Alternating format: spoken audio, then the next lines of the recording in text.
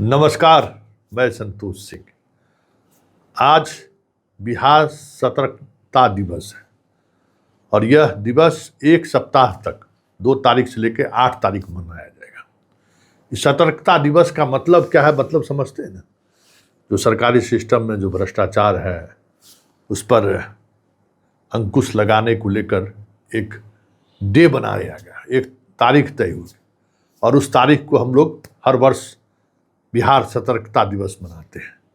और साथ ही उसी दिवस के साथ साथ हम लोग पखवाड़ा भी मनाते हैं, सप्ताह भी मनाते हैं कि हम भ्रष्टाचारियों के खिलाफ सब लोग कदम से कदम मिलाकर साथ।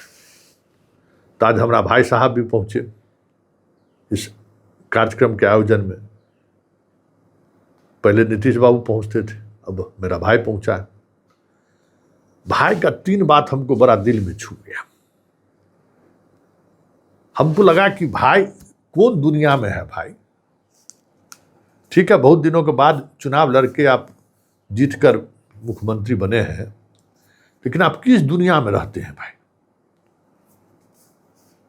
भगवान का, ईश्वर का हवाला देते हैं, लेकिन आपके बगल में जो हो रहा है सतर्कता के साथ दिख नहीं रहा है क्या? खैर, उस पर चर्चा हम बाद में करेंगे। पहले जरा सुनिए कि आज भाई हमारा क्या क्या उपदेश दिया है। पहला उपदेश जरा सुन लीजिए कि बिहार में कोई गुंजाइश नहीं है रातों रात अमीर बनने का। बाबा रे बाबा, सुन के हमारा तो कलेजा फट गया। बिहार में ही तो सबसे ज्यादा गुंजाइश है रातों रात अमीर बनने का। और जो लोग रातों रात अमीर बना है,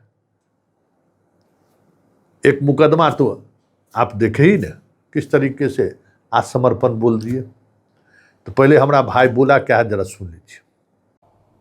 बिहार में अचानक कोई अमीर नहीं हो सकता है। यहाँ कोई शॉर्टकट रास्ता नहीं है। जो हमारी व्यवस्था इस देश में, उस व्यवस्था में कोई भी व्यक्ति अचानक अमीर नहीं हो सकता है। शॉर्टकट वाले के लिए बेऊर ही फिक्स है, दूसरा कोई रास्ता नहीं है।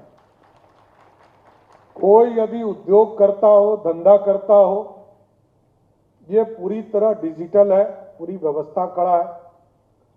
लेकिन कोई सरकार में रहकर, चाहे वो मंत्री हो, विधायक हो या जनप्रतिनिधि हो या हमारे कोई भी ऑफिसर हो, टॉप से लेकर बॉटम तक, यदि आर्थिक अपराध में संलिप्त है तो हर हालत में हमारी सरकार उसके खिलाफ कार्रवाई करेगी, उसको छोड़ा नहीं जा सकता है।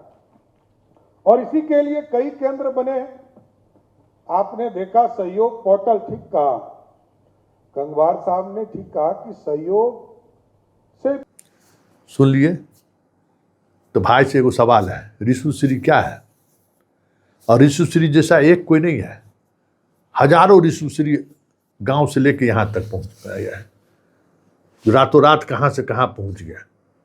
बहुत सारे लोग हैं कि नीतीश जी के शासनकाल में जो है ना, साधारण परचून की दुकान करता था और आज बिहार का सबसे बड़ा बिल्डर है। एक किलोमीटर 2 किलोमीटर सड़क का मरम्मती का काम करता था, आज बिहार का सबसे बड़ा ठेकेदार है। जो सरदार जी का कंपनी पंजाब से आया था कटोरा लेके, यहाँ की पेटी कॉन्ट्रैक्ट में कुछ काम दिलवा दीजिए, सिंगला, आज देखिए सिंगला कहाँ है। कहाँ रहते हैं भाई आप? किस दुनिया की बात करते हैं? ऐसा भी हुआ है क्या? एक से एक अगल बगल में आपका बैठता है, जाता है, तो इससे बड़ा और क्या हो सकता है? मजाक ही कह सकते हैं। पूरे हॉल में जितने लोग बैठे हुए थे सब एक दूसरे को झांक रहे थे भाई, एक दूसरे को झांक कर हंस रहे थे कि क्या कहे जा रहे हैं। अब दूसरा बात सुनिए भाई, ये बात तो और गजब है कि जिस एजेंसी पर कह रहे हैं कि कार्रवाई करने के लिए हमने वो एजेंसी को खुली छूट दे दी है। स्कूल क्यों नहीं खुल रहा है? पहले स्कूल खुलता था, अब क्या हो गया है? कार्रवाई करिए। पहले जरा सुन लीजिए, तब थोड़ा हम तत्काल उदाहरण हम दे देंगे। तर्ज पर यदि बिहार में कोई भ्रष्टाचार कर रहा है तो वैसे लोगों के खिलाफ भी हमारे विजिलेंस के लोग, स्पेशल विजिलेंस के लोग और आर्थिक अपराध के लोग सीधा हमला करके कार्रवाई करते रहिए, तभी बिहार बदल सकता है साथियों। और आप लोगों ने तो शुरुआत भी किया। मैं विजय जी को याद दिला रहा हूं, विजय बाबू को, नीतीश कुमार जी ने तो बिहार में स्कूल खोलने का काम किया। ये स्कूल क्यों नहीं खुल रहे, इसकी चिंता करना है। और जितने भी यहां पर बैठे हैं, लॉ सेक्रेटरी साहब भी बैठे हैं, इनसे बात कीजिए, हाई कोर्ट का पूरा कोऑर्डिनेशन इनसे लीजिए, और जितने भी भ्रष्टाचारी हैं सबको चिन्हित करके उनके घरों में स्कूल खोलने का काम सरकार करेगी, इतना जरूर आश्वस्त करना चाहता हूं। लेकिन कई मुद्दे आप सुन लिए, 4 गो IAS अधिकारी का नाम नहीं आया, रातों रात फाइल बंद हो गया भ्रष्टाचार का। आज तक कभी नहीं हुआ था रिशु श्रीवाले में, कभी हुआ ऐसा? रातों रात हो गया। भ्रष्टाचारियों का मनोबल देखिए कितना बढ़ा हुआ है। चार्जशीटेड हो गया है, चार्जशीटेड है, और पत्रकारों को धमकी देता है कि पुरनका जितना हमारे खिलाफ जो है खबर है वो सबको हटाइए। बात समझे? हाई कोर्ट का ये जजमेंट भी नहीं है और उसको हटाने का धमकी दे रहा है। ये तो कभी नहीं हुआ। कभी इस प्रदेश में हुआ कि जिस पर भ्रष्टाचार का मामला चल रहा हो, जो भ्रष्टाचार के मामले में चार्जशीटेड हो गया हो, वो इस तरीके से आंख दिखाए? का भाई, अब चलते चलते जरा ये सुन लीजिए, इसमें तो भाई पूरा हद कर दिए। सुनिए, भगवान की दुआ दे रहे हैं, सुन लीजिए। और सबको पता है कहां भ्रष्टाचार हो रहा है, ये मैं फिर बताता हूं। हमको भी पता है और आपको भी पता है। अब इसके रास्ते खोजने हैं। रास्ता हम खोजें। हम रजिस्ट्री कराने जाते हैं तो वहां क्या दिक्कतें आ रही है, हम ब्लॉक में जाते हैं तो वहां क्या दिक्कतें आती हैं, हम यदि थाना में जा रहे हैं तो वहां क्या दिक्कत है। हम सभी टॉप ऑफिसर्स को यह चिंता करना पड़ेगा। गरीब को न्याय चाहिए, गरीब को न्याय नहीं दे रहे तो हम अपने जीवन को भी अंधकार की ओर धकेल रहे हैं। भगवान ऊपर वाला पूछेगा कि नीचे न्याय दिए थे कि नहीं दिए थे। न्याय देना होगा, क्योंकि आप जब किसी पद पर बैठते हैं तो एक तरह से अदालत के जज के हिसाब से बैठते हैं कि आपको न्याय देने का काम करना।